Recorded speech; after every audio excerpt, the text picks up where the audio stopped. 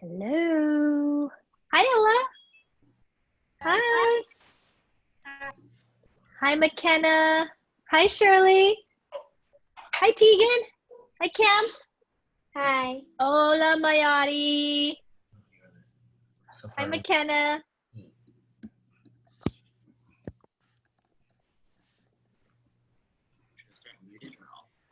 No, can we have everyone on?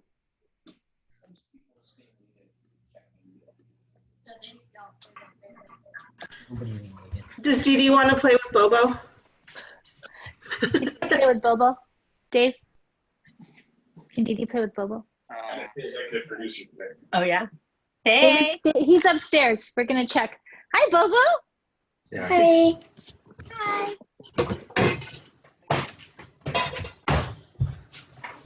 Hi, Genevieve. Hi, Mayari. Hey. Hey, Sarah. Hi, Do I start Shayna. drinking my beer now? How are you? I've already started having some wine. Hi, Excellent. Kira. Hello. Hi, everybody. Changing our name. Hello from Arkansas. Hi, from Arkansas. Hi, from Berkeley. So great to have you. Hi, Gianna. Hi, Kailani. It's Hi. Much for doing this. We're excited. Oh, I'm excited. Thank you. We are getting more and more ambitious every week, guys. Okay, I'll stop screaming. Emmett says Emmett is my executive producer today, so he's saying I'm screaming. Hi, Gracie. Hi, Lisa. Come in. Hi, Griff. Hi, Heidi. Hi. Hello. Hi. So good to see you guys. Hey, Shmoo. Hi, Zach. Hey, Angus. Hello. You got some sushi. You have to tuck some down, hey? Yeah? I think you worked the hardest to get your ingredient this week, so you win the prize. Good for you, Angus. Phenomenal. Hey, Shmoo. Okay, let me try to figure out how to get this. Oh, hey, it's Chris. Rocky, go! Hi, Chris. Hey, how are you, Lynna? Hi. Good to see you. Good to see you. How are you? I'm good. How are you? I miss Good. you. Okay, you I'm glad you're making a cameo this time. Absolutely. I want to see the magic here. Oh, yeah. It's going to be magic. Hi, Zach. Why don't you read to me? So I'm going to warn you guys, Claire and I did a trial run. Hey, Clayton. And hey, Avery.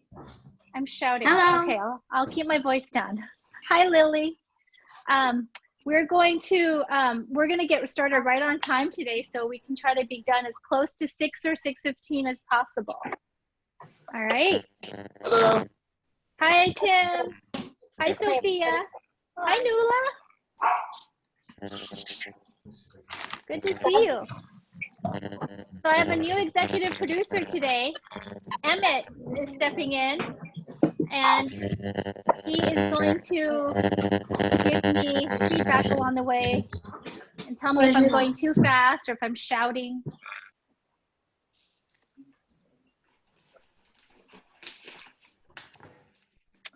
Hi, Sabrina. Hi, Winnie. Hi. Hi. Hi, Maddie. Hi. Good to see you. You too. I'm so happy to have so many returning alums and new guests too. Hey, Griffin, what sushi did you get this time? What sushi did we get? We got ahi. Okay, great. So can I see a quick show of hands from people? How many of you got 2 kinds of fish? How many of you got 2 kinds of fish? Oh, and I see Zach has 3. Okay, so most people have 2 kinds. Excellent. Okay, good. So what I told your parents in my email yesterday, if you have 2 kinds of fish, originally I was going to make one big poke with both kinds of fish. And Claire and I tested that out this week, and we decided that those, like, having 2 kinds of fish is not quite as fun. So we're actually going to make 2 different kinds of poke today. So as we get started, I just want to make sure you have 2 separate bowls for making 2 different kinds of poke. So get 2 bowls that are big enough for you to make.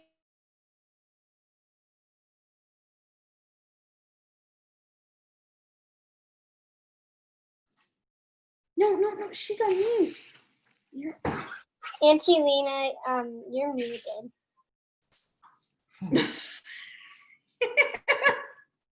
Hey, tell Emma that he needs to get with it. Hang on.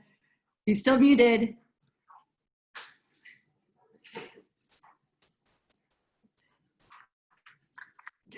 Emma, you about to get fired. I love it. Still muted. Mm-mm. Audio. You're back. I'm back. You're back. Emma's freaking out a little bit over here, but so I assume you missed everything I just said, but I'll repeat myself. All I was saying is that, Emmett, chill out. If you're making 2 different kinds of poke, make sure you have 2 different bowls for mixing. And if you also want to have a bowl that's big enough for you to mix rice. Ideally, you should not use an aluminum bowl for mixing rice because that can make your rice taste kind of funny.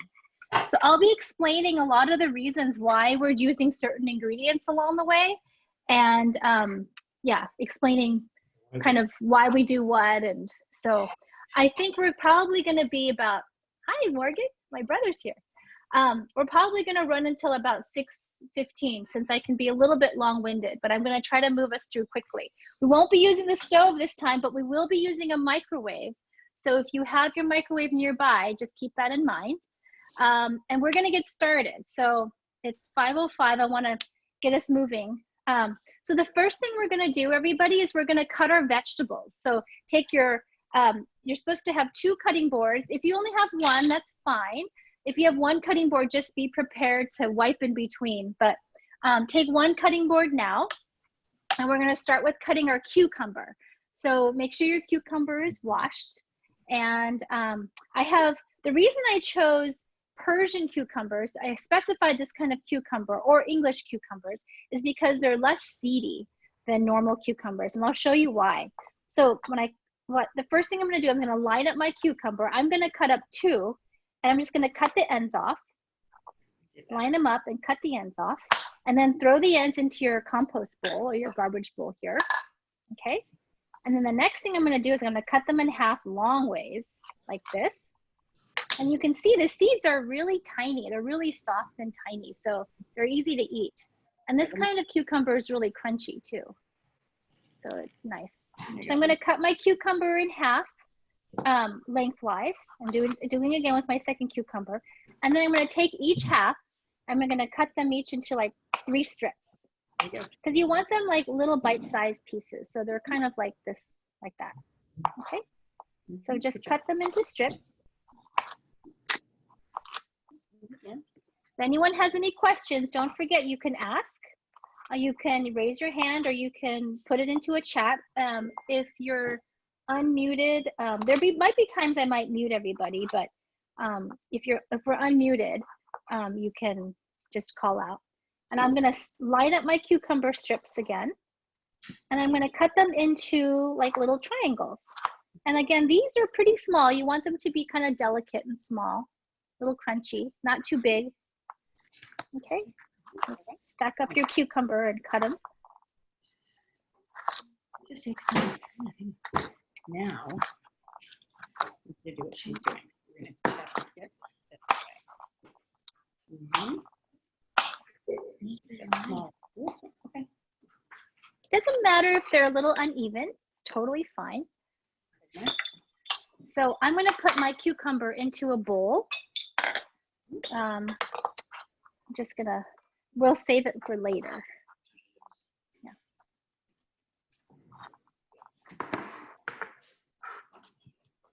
Oh, and by the way, make sure your rice is cooking too. Does everyone have their rice cooking? Make sure you can keep it warm because warm rice is really nice. It takes in the flavor of the sushi vinegar that we're gonna mix later. Okay. So wait for most people to finish up their cucumber. And the next thing we're gonna tackle after this is the green onion. So make sure your green onion's washed.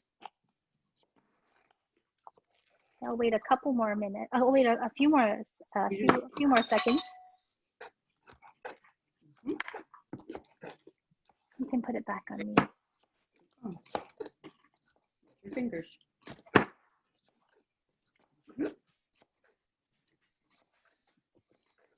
The other reason I like Persian cucumber, if you see it at the store, is that the skin is really thin, so you don't have to peel it. Sometimes some of the other cucumbers, like the dark green cucumber, you kind of have to peel it because the skin's really thick. But Persian and English cucumbers, you can eat the skin. Lynna, is the amount that you're preparing enough for like 5-ish people? I'm just trying to judge, like if we have more cucumbers, no, we should only do about 2?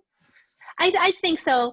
If you have extra, you can save it for tomorrow, or you can, sprinkle some over your salad. But I'm having everybody kind of put their cucumbers, and I think I forgot to ask people to put an extra bowl out for their cucumbers and their green onions. But if you don't use all the cucumber in your poke, it's fine. You can use it tomorrow too. Okay. So we're gonna get started on our green onion next. So you have your green onion. I'm gonna put it back on the thing. Okay. So the green onion has this root end right here. We're gonna cut that off. And what I've been doing since this quarantine started is I've been saving my root ends to put in like little glass of water. So I've been trying to grow scallions. So I'll go grab that later as you guys are cutting your green onion. But so you can save your root end. Just leave a little bit of the white part if you want to save it, and like leave a tiny bit of it, and you can stick it in some water later and watch it grow over the next couple days, like that. So I'm gonna set this aside here. So I'm gonna cut the ends off of my green onions. I'm using a lot of green onions because our family loves green onions. You don't have to use as much as I'm using. I'm using a whole bunch. If you want, you can do that. And then you can just save whatever you don't use for, tomorrow or for leftovers. And then I have different size green onions. So some of you might have really skinny ones like this, and then I have one that's really thick. So the skinny ones, I think we can just cut as is. If yours is really thick like this one, just cut it in half lengthwise like this. Be careful with your fingers because remember your knives are very sharp. So just cut it in half lengthwise. And then what I'm gonna do, I'm gonna take my thick green onions, I'm gonna cut them in half lengthwise. My skinny ones I'm gonna leave as is and just cut it all the way down. And then I'm gonna line them up like I did with the cucumber. This is kind of a mess of green onion here, right? So I'm gonna cut them in half to make it a little easier to cut. I'm gonna cut only half at a time. So I've just cut half of my green onions. I'm gonna put this half aside. We're gonna use the entire green onion, but I'm just using this half right now. If you see any like ends that are kind of like wilty and brown, you can just cut it off. And then just cut it very finely. So take your knife and take the rest the tip of your knife on the cutting board and just roll down like that. You see how I'm kind of rolling it down? You don't have to like saw at it. You can just kind of set it down into the green onion and it should cut like that. See, I've cut it pretty small, kind of mincy. So keep cutting your green onion. This might make some of you cry. When Clara was making it earlier this week, she was like, it's killing my eye, it's making me cry. Do you remember that, Angus, last week, how the onions made you cry? This can happen with green onion too. So if you need to step away for a little bit from the green onion fumes, feel free. Here we go. So I'm just gonna keep cutting for a while. And then I'm gonna put the green onion into a separate bowl too and set it next to the cucumber. It doesn't have to be all perfectly sized. It's totally fine if some pieces are bigger, but you just want them kind of small. I'm gonna put these into a bowl. And then I'm going to start with my second half, my second stack of green onions.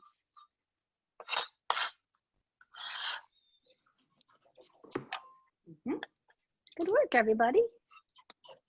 Okay. Our family uses green onions for lots of like topping, like salads and soups and fried rice and all kinds of dishes. So I'm going to start with my second stack of green onions here. Yeah. My eyes are starting to water a little. I don't know if that's happening to anybody else.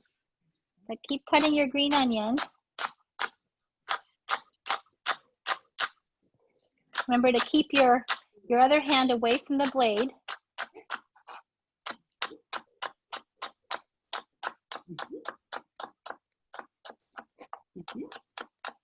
There.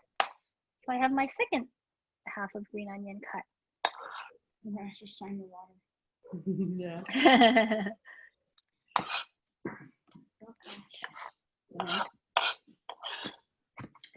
Okay. At least they're not big.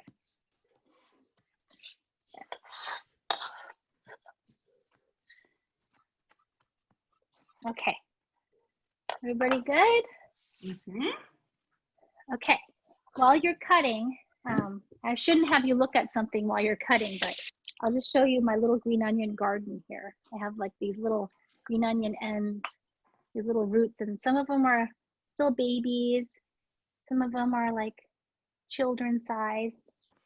And these are like adult sized scallions. They're not as flavorful when you regrow them, but they're still good. They're not quite as strongly flavored. But you can stick this, you can stick that root end into a little thing of water. And you don't want to put too much water, but just enough to kind of make sure the roots are covered, and then put it into an open window or next to a sunny window. And then you can watch them start to grow, start to sprout. I call these my babies. My kids know not to mess with my green onions. They see me talk to them sometimes. And it says to cut that out. All right, so green onions cut. For those of you who are still working, keep working. We're doing well. And the next thing we're gonna head toward is our avocado. Great. Avocado. What? No. Stuff you haven't done before.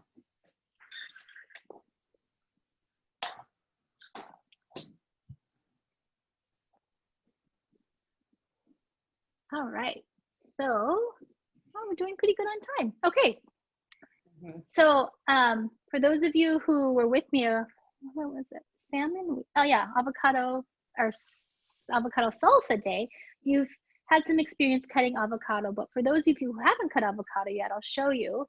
I'm going to take this avocado. Your avocado should be firm, but not too soft, but soft enough that it's not hard like a rock.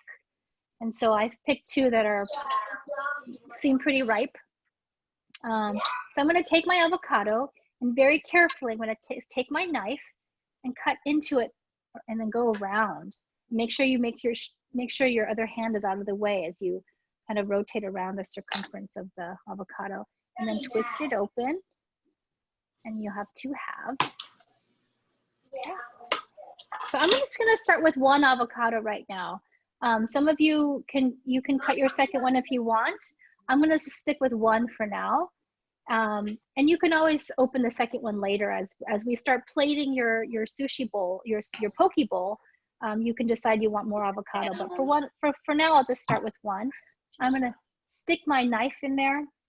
I'm going to be very careful and stick the blade of my knife into the pit like that. And I twist, and then it comes up. Good. I didn't know how hard I was. Yeah, just hard enough to get the blade in there, and then twist.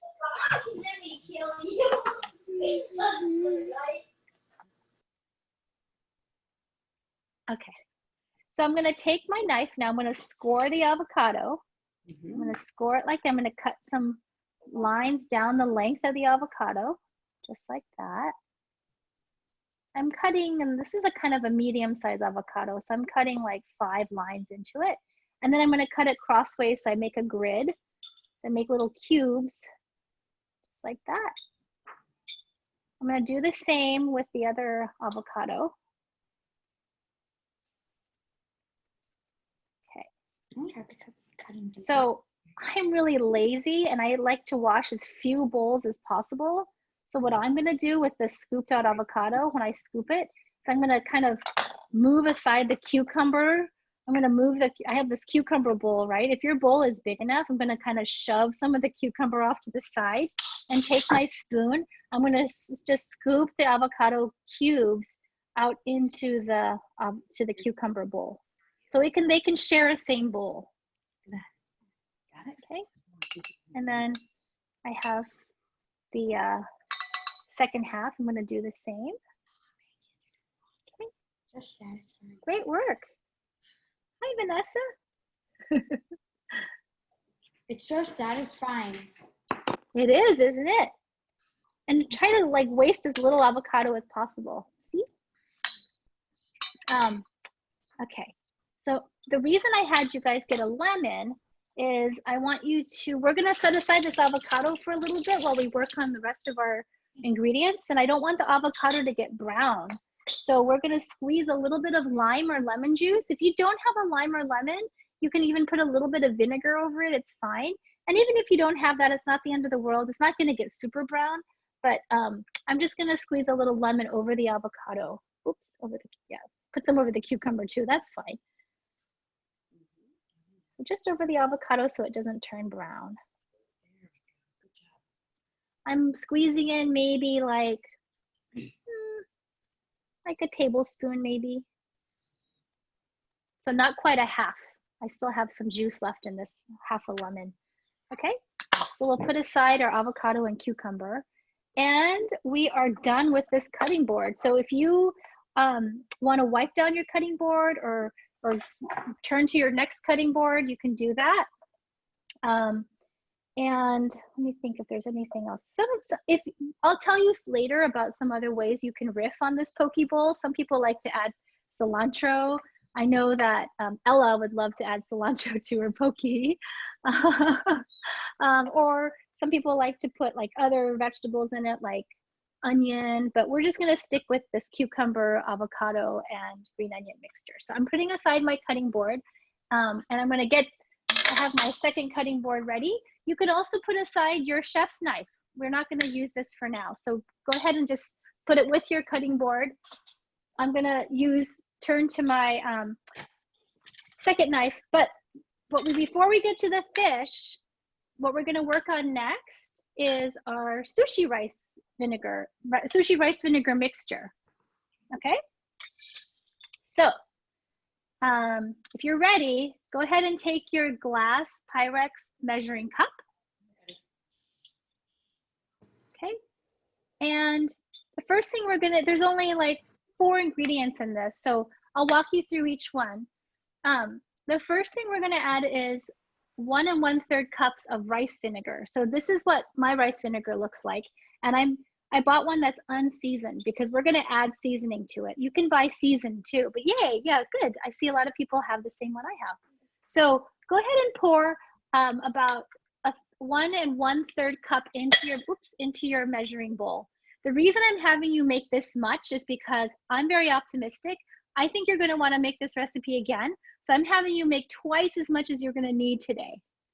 Okay, so keep that in mind. We're making twice as much as you need because I wanna show you that this is something you can keep in your fridge and then you can make it this dish again this week, or it can actually sit in your fridge for indefinitely. I keep a jar of this in my fridge all the time.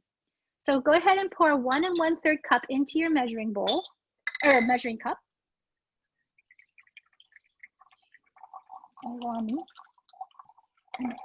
Where is the camera?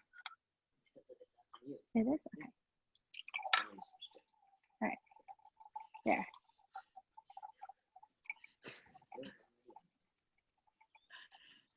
All right. 1 1/3 cup. Come on. Cool. Okay. Next, this is optional, but this actually makes it kind of enhances the overall flavor. is adding kombu. I want to tell you about this ingredient. This is seaweed. And when you buy it in a package, it's just like kind of hard. You can kind of see it's like kind of hard. It's not flexible. It's very brittle actually. See this? Yeah, good. I see some of you got it. So just break off like a cube of it, or like a one inch piece of it, like a rectangle or a square. It doesn't have to be perfect. Like 1 or 2 inches is fine. So I'm just gonna break this in half. See this? You can put more or less, and just throw it into your rice vinegar. And then you can save this kombu for other uses. I'll tell you what else you can use it for later. Okay, so save the rest of your kombu.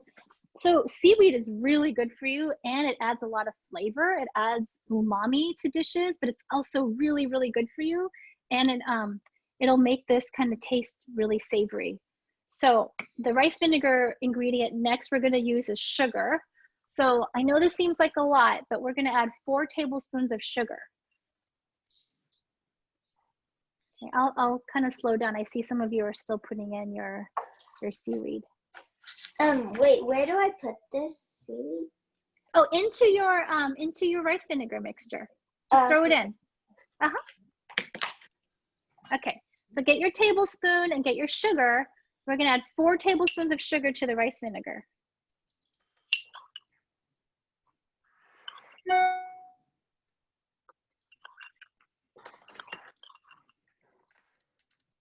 Okay. And after you add your sugar, the next thing we're gonna add is 2 teaspoons of your kosher salt. I like to use kosher salt because it's not too salty. The iodized salt can be a little bit too salty, but kosher salt has just the right amount of saltiness. It's easier to kind of control the amount of saltiness in your food if you use kosher salt. So I'm using 2 teaspoons of kosher salt. I'm just adding it to my rice vinegar mixture. Okay, and just kind of swirl it around. You don't have to use a spoon yet, just swirl it around.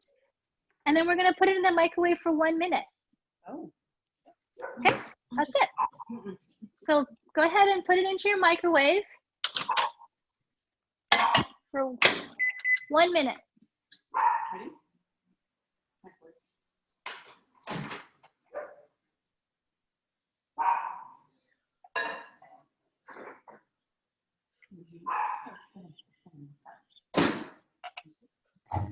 Wait, do we put it in the microwave?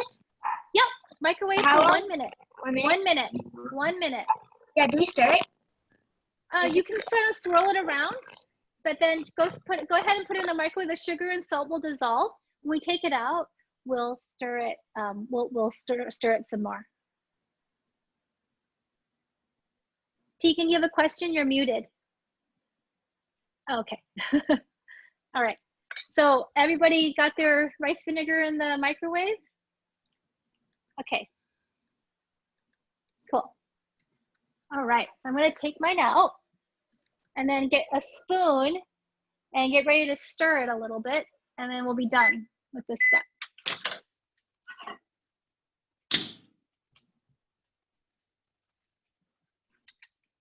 I'm just going to stir it. It's pretty hot, but not too hot.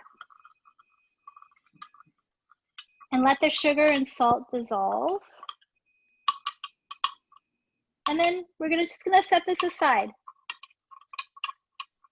Okay, so we're gonna forget about this rice vinegar mixture for now. So once it's out of your microwave, stir it with a spoon, make sure the sugar and salt is mostly dissolved, and then just go ahead and set it aside. Okay, so let's see. So now we're gonna do our fish, okay? So remember last week, some of you were with us last week when we did chicken? Well, the fish is another adventure. It's pretty, it's gonna be pretty slimy, but it'll be worth it, I promise, okay? So I'm gonna start by, for those of you who have tuna, I'm gonna start by cutting up my tuna first. Okay, so get your bowl, 1 bowl for mixing your tuna poke, and set it near your cutting board. And then I'm gonna take my fish right here and grab your utility knife. This is like a long, slender knife. It's also called a carving knife or a utility knife. It's like a really good knife to use for cutting, like carving a chicken or carving meat.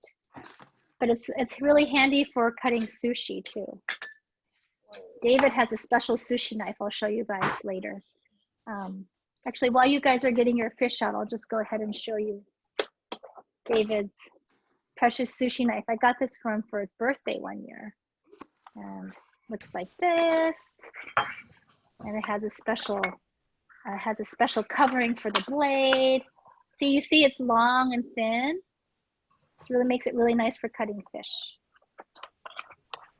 But we're just going to use a utility knife because you can just use that kind of knife too. And if you don't have a long skinny knife, just use your chef's knives, it's fine too. All right, so I'm going to start with my tuna first. So I'm going to take my block of tuna and we're going to be washing our hands in between, okay? So don't worry. Okay, so I have this block of tuna here. Some of you, let's see, everyone start with tuna. Give me a thumbs up if you have tuna. Okay, cool. Okay, so some of you guys have it in a rectangle, which actually will make it much easier to slice. Does anyone have a piece of tuna that has skin still on it? No? Okay, good. That saves you a step. All right. So I do. tuna, who said Lynna, sorry, we have skin on one side of the tuna. okay, who's that? Oh, okay. Hey, David. Hi. Okay, David. So set the skin side down on the cutting board. Okay. Yeah. She needs to watch. Okay. And then just kind of very gently pretend I have skin on this tuna. Just kind of cut in between the skin and this tuna, the block of tuna, and just kind of slide it. Yeah, just slide your knife down and cut it across. Thank you. Yeah, and then you can just kind of tear the skin off, and you don't need the skin. Okay. All right. So just go ahead and cut your tuna into cubes. So if you have a really sharp knife, that's why I suggested your knives be really sharp. Just cut it into strips. So my strip looks like this, right? Just looks like that. So go ahead and just cut these into strips first, and then we'll show you how to cut it next. Some of you have blocks, which is fine. I'll show you roughly the size and shape of the tuna that you're gonna cut later. Auntie Lynna? Yeah, Clayton? We have a rectangle tuna. Yeah. Which direction should we cut it? Like you're gonna cut it into cube. Yeah, go ahead and cut it that way first. Okay. Yeah. And then because you're gonna cut it into cubes anyway, so it really doesn't matter what direction you end up cutting it in. So I have these strips of tuna here. So now these strips are kind of thick. So what I'm gonna do is I'm gonna cut each one in half again lengthwise, just like that. And if you have a really sharp knife, it makes it much easier to cut through the tendons and the fibers. Okay, so I'm cutting each strip into half lengthwise. This is what mine looks like. The shape of your tuna might be different. The end result you want is just cubes. Okay. So whatever shape your tuna is in, just make sure you're cutting it into cubes. You're gonna cut them in cubes. So I don't know if any of you guys have what I have on my tuna. This is called a bloodline.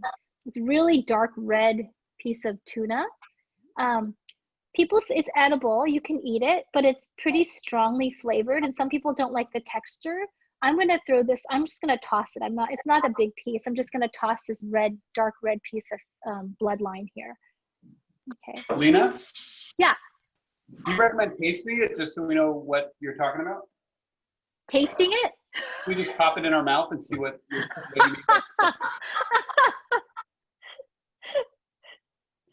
Funny, David. You can if you want. My thought process might be funny, but I wasn't joking. Oh, Strips and then she's gonna cut them into smaller. I'm not gonna have it right now, but you can, and you can tell the rest of us what it tastes like. Especially if you have some beer to wash it down. Okay, how's everyone doing with their tuna? Pretty good? Okay, so I'm gonna now turn my strips of tuna. I'm gonna cut it in the opposite direction so they're little cubes. And again, this you can see why it's important to have a sharp knife, because a sharp knife makes it much easier to cut through the tendon.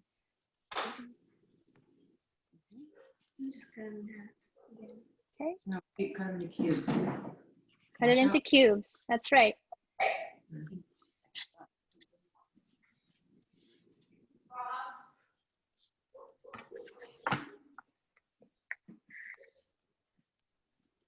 Okay. Okay. So I'm just gonna toss this tuna into my bowl. Awesome.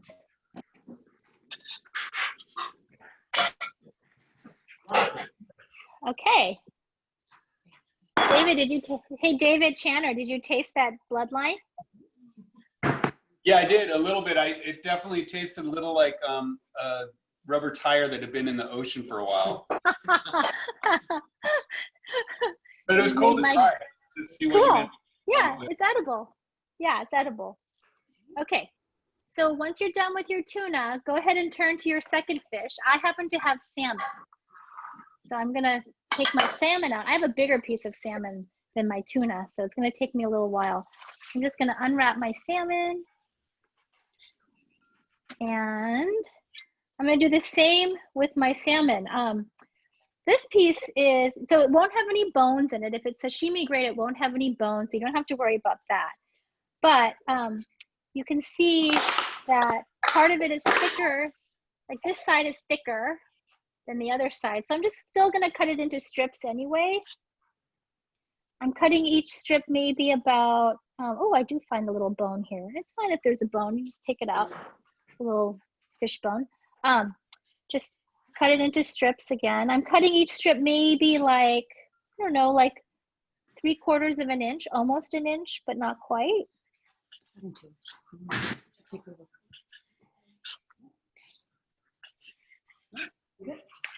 Good job, everybody.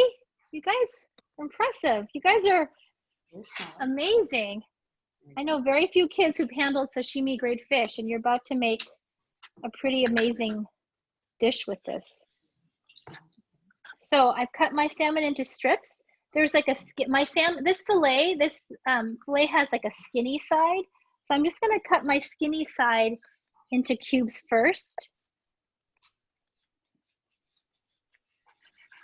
This is the part of the salmon belly. And the salmon belly tends to have more flavor and more kind of richness to it. So I prefer the belly part. You can see all the white is like really good fish fat. It's good for you.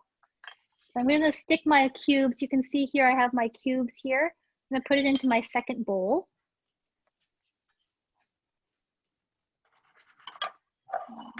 There we go. Now, as I'm getting to the part of the salmon that's thicker, what I might do is I'm going to cut each strip into half again, like I did before. So I'm going to cut these thicker strips into halves, just so I want my salmon cubes roughly the same size.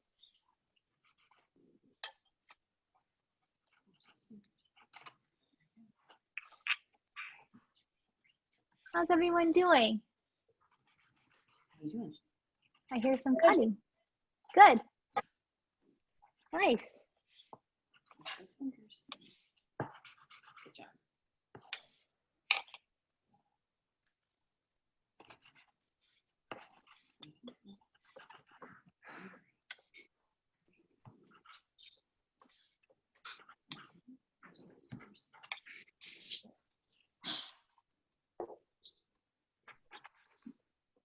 So now that you know how to handle sashimi grade fish, you can also, if you wanted to, you don't have to make these into poke. You could actually cut these into like thinner strips. And and make it into like a sushi, like a chirashi, a sushi bowl. If you just want to eat this plain with rice and not add any flavorings to it, we're going to make a poke bowl, which is poke bowls or a poke salad, which will have other flavorings in it. But you could just eat this as is, just dipped in some soy sauce. Mrs. Lynna, can I have raw fish? Can you have raw fish? Yeah. Like try something. Yeah, can I like Oh, try right now? yeah. If it's sashimi, great, of course, Angus. Yeah, you can try it. It might taste better if you dip it in some soy sauce, but you can try it as is.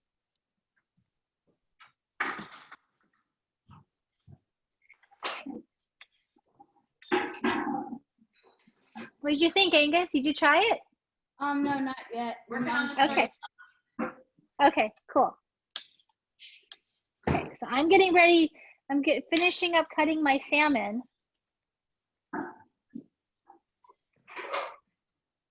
Okay. And then we're gonna put the last of my salmon into my bowl. And I'm gonna just go ahead and just get rid of this cutting board and knife and wash my hands. So once you're done cutting up your fish, you can put this in the sink and go wash your hands. Oh man, that's good. Is it good, Kira?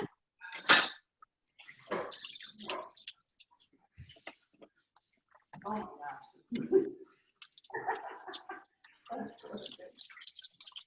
Thank you, Macy.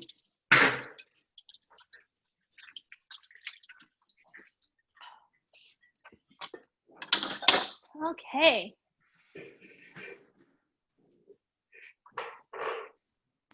Great. Okay, everybody. So we're gonna start making poke now. I see some people still cutting, which is fine.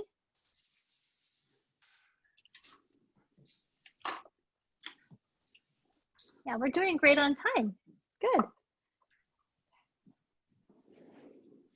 Okay.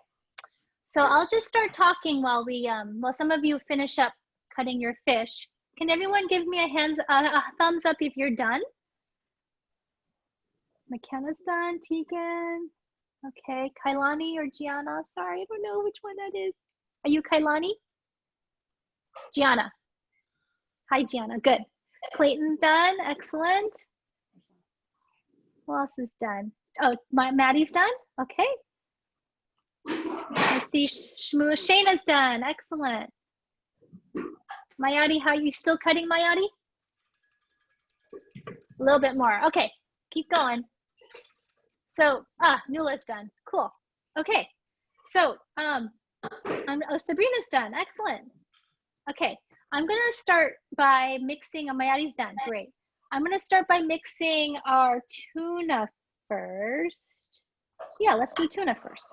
Okay, as we cut that first. So, for the tuna, we're going to mix it. Oh, I don't know if anyone here does not like mayonnaise. I'm gonna make this into a spicy tuna poke. Okay, so what I'm gonna do first is I'm going to take my mayonnaise and take a clean spoon.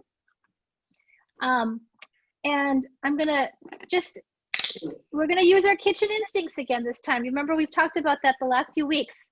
I'm not a fan of measuring, as you can tell, unless I'm baking. I like to kind of eyeball things.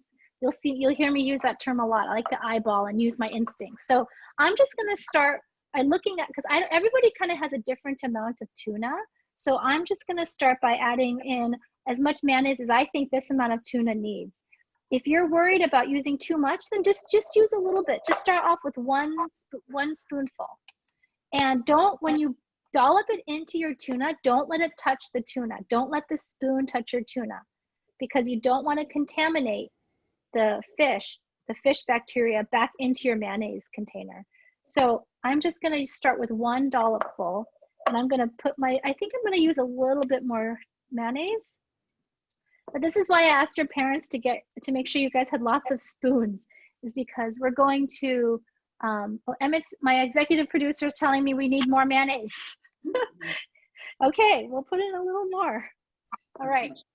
Okay, so I'm putting in about this looks like about 2 tablespoons of mayonnaise, but again, it depends on how much tuna you have. And I'm just gonna mix it in. Oh, and the other thing I'm going to add next is some sriracha.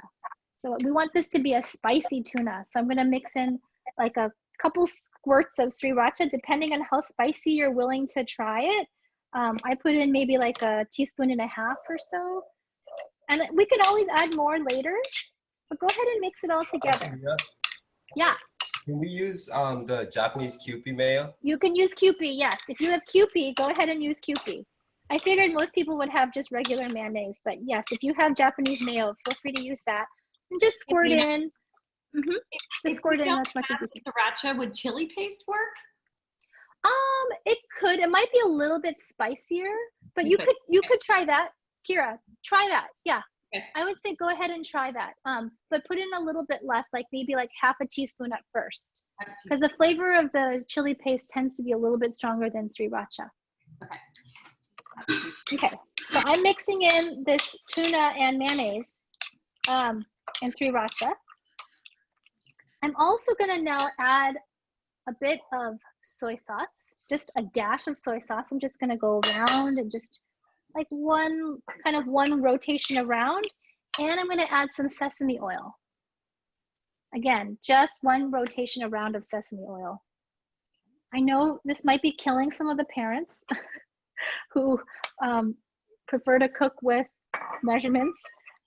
I am not that precise. Lynna, what was before the sesame oil? I'm sorry?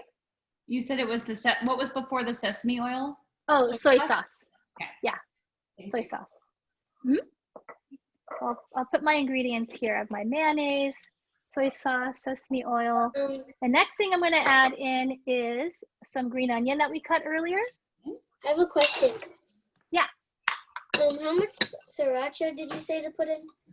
It depends on how spicy you think your family is willing to have, how spicy you're willing to have it.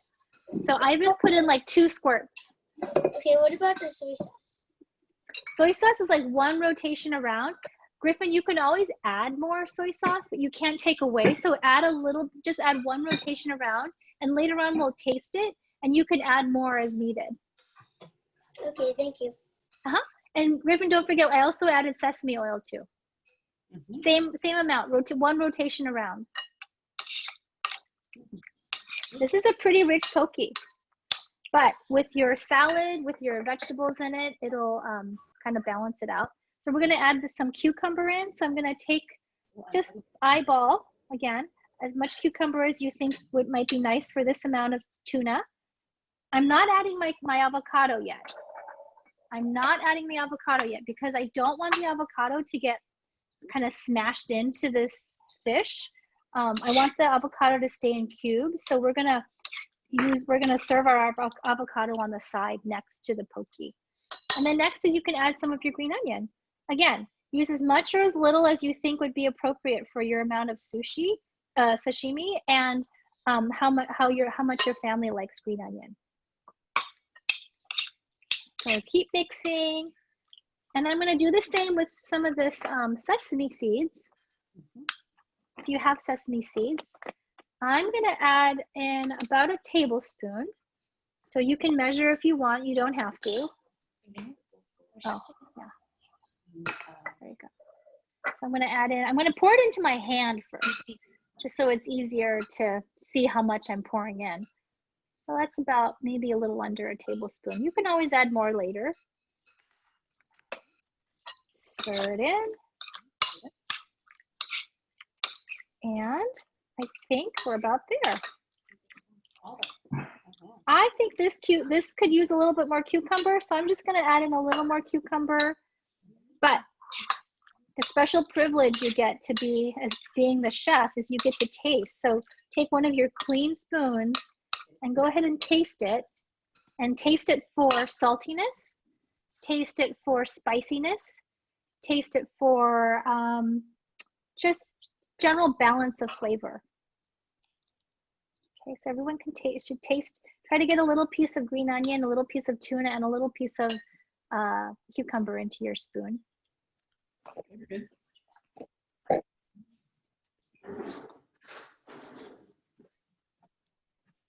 What do y'all think?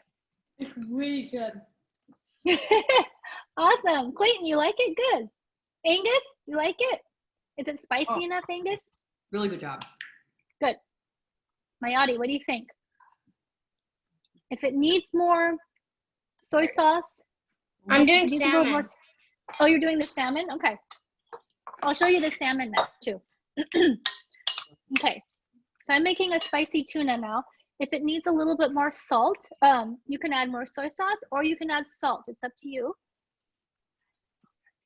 So the other thing is sometimes people like to riff on this poke. If you wanted to in the future, you could also add some like other ingredients like seaweed. You could add raw onion. Some people maybe like put in a little bit of lime or lemon. You can do that too. But I think I'm just gonna keep it simple and just say that this is done. So I'm gonna set this bowl aside. I'm gonna turn to my salmon now. And if you're gonna do tuna with this particular concoction next, you can. So this mixture is going to have a soy sauce sesame mixture. So the things that we're pretty much going to be putting in the same ingredients minus the mayonnaise and minus the sriracha. Okay, so same things. Cucumber. I'm going to put in my cucumber, and then put in my green onion.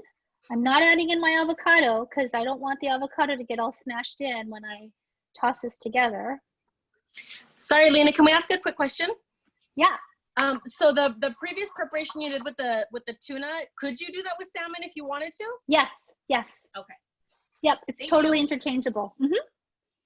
So the main seasoning for this this particular kind of poke is going to be the soy sauce and sesame oil. So I'm going to put in maybe like 2 rotations of soy sauce. And then take a big spoon and stir it. And then I'm also going to put in sesame oil. I'll slow down a little bit. I'm just going to put in 1 rotation because the salmon is a little bit fattier, so I don't need it to be super rich.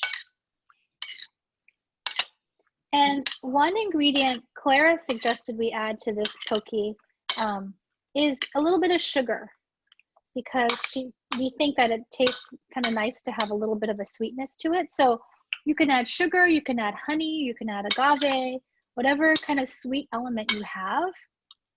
I was telling Clayton's mom this morning, sometimes if you just have whatever you have on hand, like if you have an extra orange or something and you want to use orange juice instead, you could do that.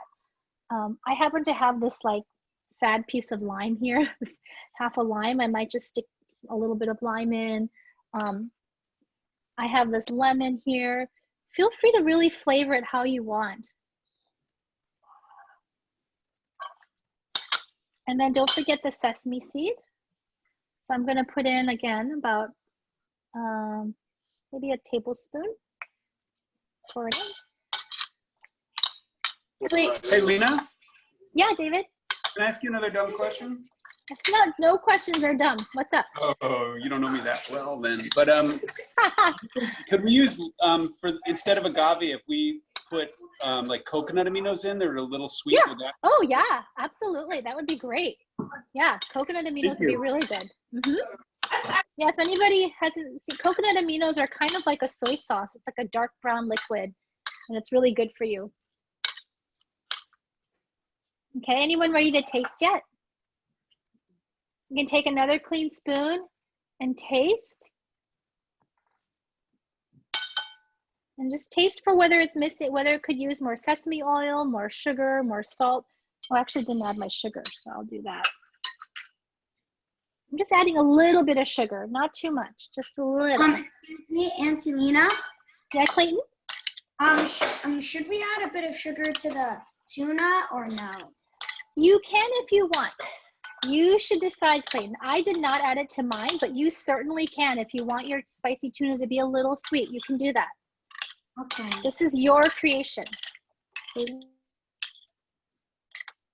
so I'm going to taste my salmon now. I'm going to get a little piece of cucumber, a little piece of salmon, a little bit of green onion.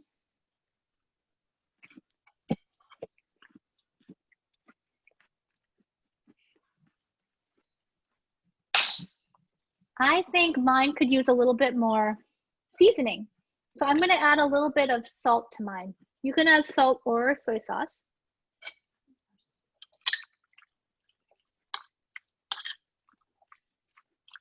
Okay, everyone taste theirs. You can, just as long as it tastes good to you.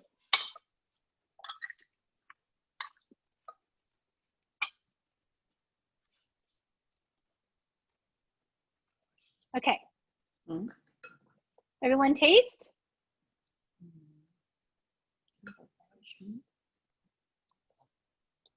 See, taste as you go. Shmoo, what do you think? Is yours salty enough? Does it taste good? Yeah, did you taste it?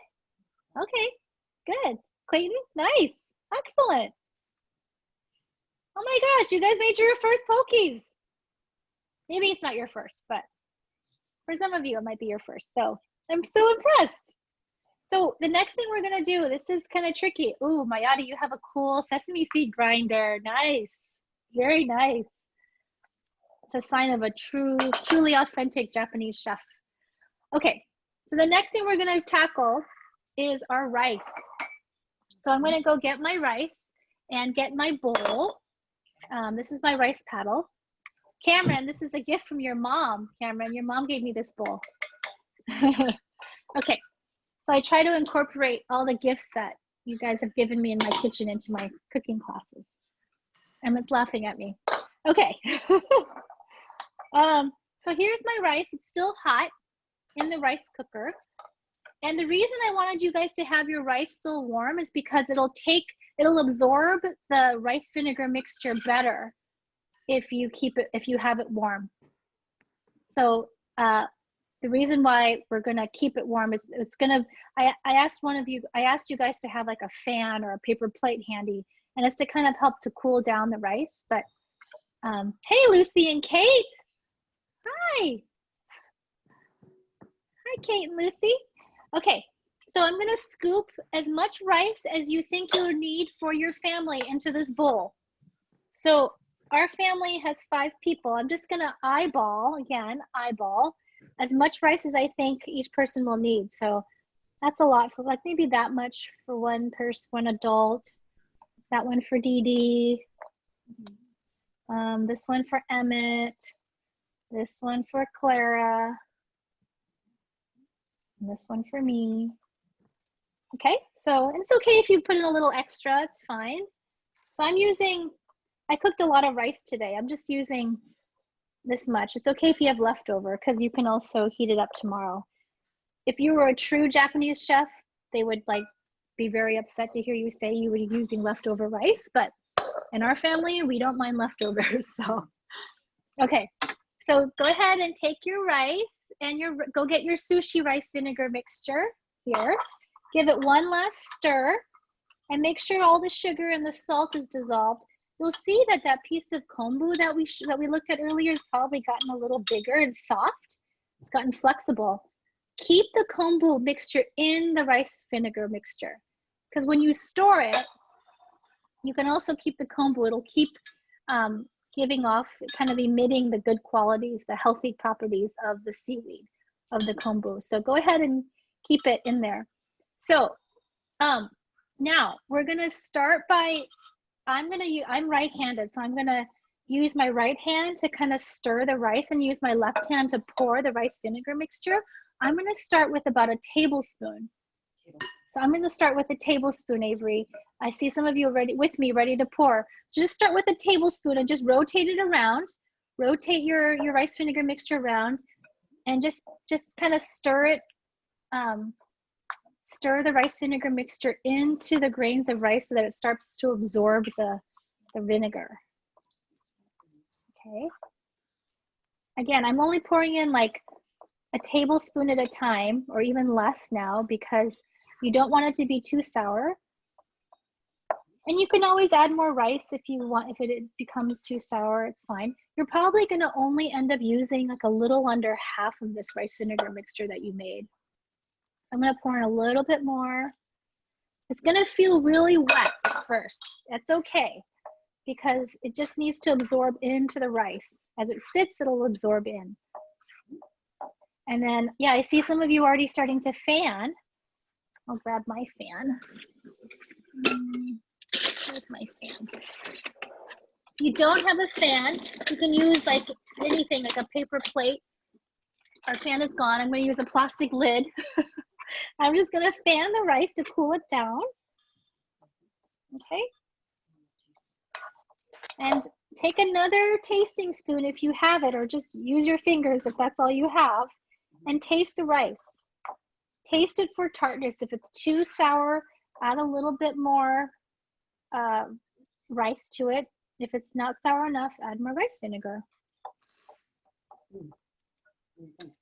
What do you think? Is it sweet enough? Is it salty enough? Is it tart enough? It's going to be tart, and that's okay. So I'm just fanning my rice to cool it down.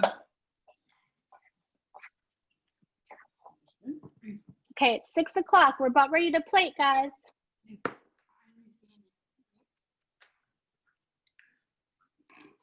Now, some of you might be wondering how long to fan it for. I think as long as you don't see any more like steam coming out. I don't see any more steam, so I think it's about good enough. It's going to keep cooling down anyway. Okay. Now, if you have, you should have leftover rice vinegar. Pour this into a clean jar and put a lid on it and just let it sit in your fridge. And so the next time you want some some sushi or to make a poke bowl, you'll be able to just use this rice vinegar already as is. And keep the piece of kombu inside the jar too. Okay, so let's plate. So grab your bowls and grab your salad greens if you have some. If you have other vegetables you want to add to your bowl, you can add that now. I'm going to make mine pretty simple. Any questions yet? Excuse me, Auntie Lynna. Yeah. How long will the rice vinegar like last in the fridge? Indefinitely. It'll last in there pretty much forever. Okay. As long as your jar is clean that you pour it into, it'll last forever. You'll use it up before it goes bad. All right, so let's plate. So I have my salad greens here. I have my poke bowl. I have my bowl. So I'm going to take a scoopful of rice. And I'm going to, you can plate it however you want. You can put your rice in the middle of the bowl if you want. You can put it off to the side. I'm going to go ahead and put it in the middle. And just a mound of rice in the middle. And then I'm going to put in a scoop of the poke, a scoop or two of the poke. So I have one salmon poke here. I'll put in like a spoonful and a half. And then I'll have our spicy tuna poke mixture. You can go ahead and put that on. And then we have our avocado. Remember, we had some cubed avocado. You can put that in a corner next to the sushi, next to your poke. So I'm gonna put in a little bit. If you have leftover cucumber, you can put in some on the side too. If you have your greens, you can go ahead and tear up some of your greens if they're washed already. I'm just gonna put some off to the side here, like that. And let's see. Okay, so the other thing I got for another ingredient I got for this poke bowl, and this was an optional ingredient, is ikura. So this is salmon roe or salmon eggs, and it looks like this. Some of you have probably seen it before. There you go. See? They're like little pearls, little translucent pearls. So I'm taking my a clean spoon. This is already cured. It's already seasoned and flavored. It's already salty. I'm just gonna put this in the middle, but you can put it anywhere you want. I'm gonna put it right in the middle. It adds color, you see? And it adds richness. Okay. And then The next thing I'm going to add is just a little sprinkle of sesame seeds.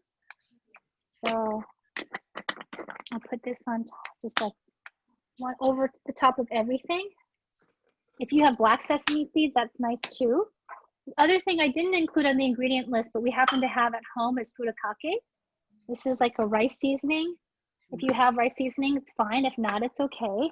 The other thing I found at Costco a while back, and some of you might have seen this, is this roasted Korean seaweed flakes. It's also meant for you to sprinkle over rice. You can also just serve it with a little package of these seaweed snacks too. Okay. Any questions? If you like yours, you can also, if you really want to get fancy, you can also like slice up a lemon and put in like a lemon slice on the side, or you can even sprinkle some more lemon juice over the avocado.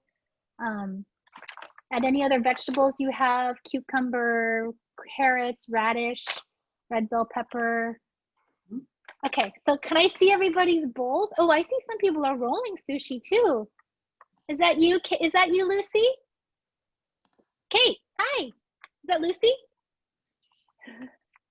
It's Lucy. Hi, Lucy. Good to see you. Are you rolling sushi? Yeah. Cool. She's she's good at it. Yeah. Oh, Mayati, that is gorgeous. Mayati, that is so full of green. That looks so good.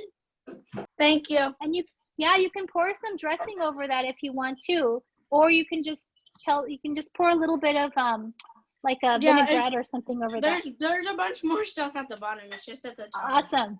Yay. Zach, Leilani and Zach, that's gorgeous. You got the ikra. Excellent. Ah, Clayton. Oh, I love the way you found out that seaweed. Tyler and Maddie, is that you? Oh, there's a really nice hearty bowl. That's great. I love all the green too. Shayna, oh, you have the seaweed flakes. Excellent. Cool. Sophia, I see yours. I like this. I like the square bowl. Beautiful. Beautiful, beautiful. Ella, oh wow, you're plating every single one. Oh, nice. How about you, Angus? How you doing? You still working? You still plating? Good.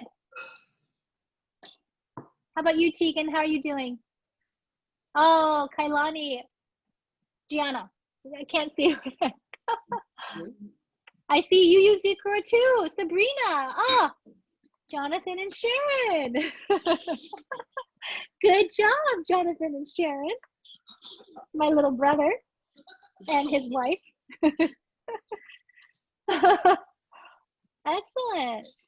How are you doing, Griffin? Have you plated yet, Griff? We're working on it right now. Okay, cool. Avery, nice. Is your poke in there yet? I just see green. Aha, there it is. Gorgeous. Good, everybody. Okay, so while I still have you, we're done, okay? But while I still have you, I want to tell you what we're going to make next week. But I'm going to warn you, this is going to be one of our most ambitious projects yet. Emmett says this is a secret recipe. This is a recipe I made for my kids all the time for chicken tikka masala. Emmett's freaking out over there because he's like, it's so good. Oh, bye, Shayna. You're leaving? Bye. Okay. We love tikka masala. You love chicken? Who said that? Who said that? Tin and Lily's mommy. Oh, yay. Sonny's. Excellent. Okay. So here's the thing, guys. Chicken tikka masalas requires marination. And this very authentic recipe, it's actually not technically an Indian dish. It's kind of an Americanized Indian dish or anglicized Indian dish, but it requires like 24 hours of marination. So David and I are going to record the marination step. It requires a lot of spices. I'm going to warn you. It requires turmeric, coriander, cumin, garam masala, ginger, garlic. It's so good. But we're going to show you how to marinate your chicken ahead of time. We're going to shoot a short video on Friday, and we will. Oh, Sonny's, your plates look beautiful. What'd you say, David? Well, we recorded earlier so you can see the marination step. And then I'll send it out to all of you. And then come next Sunday, all we'll have to do is just roast everything and cook it all together. There's going to be a lot of cooking involved next week. We're going to be at our stoves and there's going to be chopping involved, but I think you'll really love the end result. Okay? What? Oh, and you can use tofu too if you don't want to use chicken. Angus, do you have a question? Instead of the salmon eggs, since we couldn't find any of that, Yeah. My mom and I decided to add red pepper and tomatoes. Oh, that's gorgeous. That'll add the color you want. Good idea. And Lena, if we have extra, how long is it good for? I would say about 2 days in the fridge. Okay. I would refrigerate it right away. Yep. And then it'll still be, I've eaten 3-day-old poke, but I don't know. I just say 2 days. It's rule of thumb. Great. Cool. Awesome. Thanks. Yeah, awesome. Thanks for joining us from Arkansas. Absolutely. Bye. Bye, Angus. Bye, Great job Lena. tracking down that sushi. Great job. Bye. See you. See you next week. Bye. How are you doing? How are you doing, everybody? Hi, Asher. Thank you. You're welcome. Bye, Asher. Bye, Bye. Jean. We'll see you next week. Thank Angus you. requested the chicken tikka masala. Bye. Thank you. Thank you. Thank you. Everybody. Bye. Lena, Bye. you're the best. Bye. Hi, David. Good to see you. Bye, Sonny. Thank you, Lena. Bye. Thank you. Bye, everybody. Thank you. Bye. See you next week. Bye, Winnie. Stop the recording. McKenna, can I see yours? Is that water full?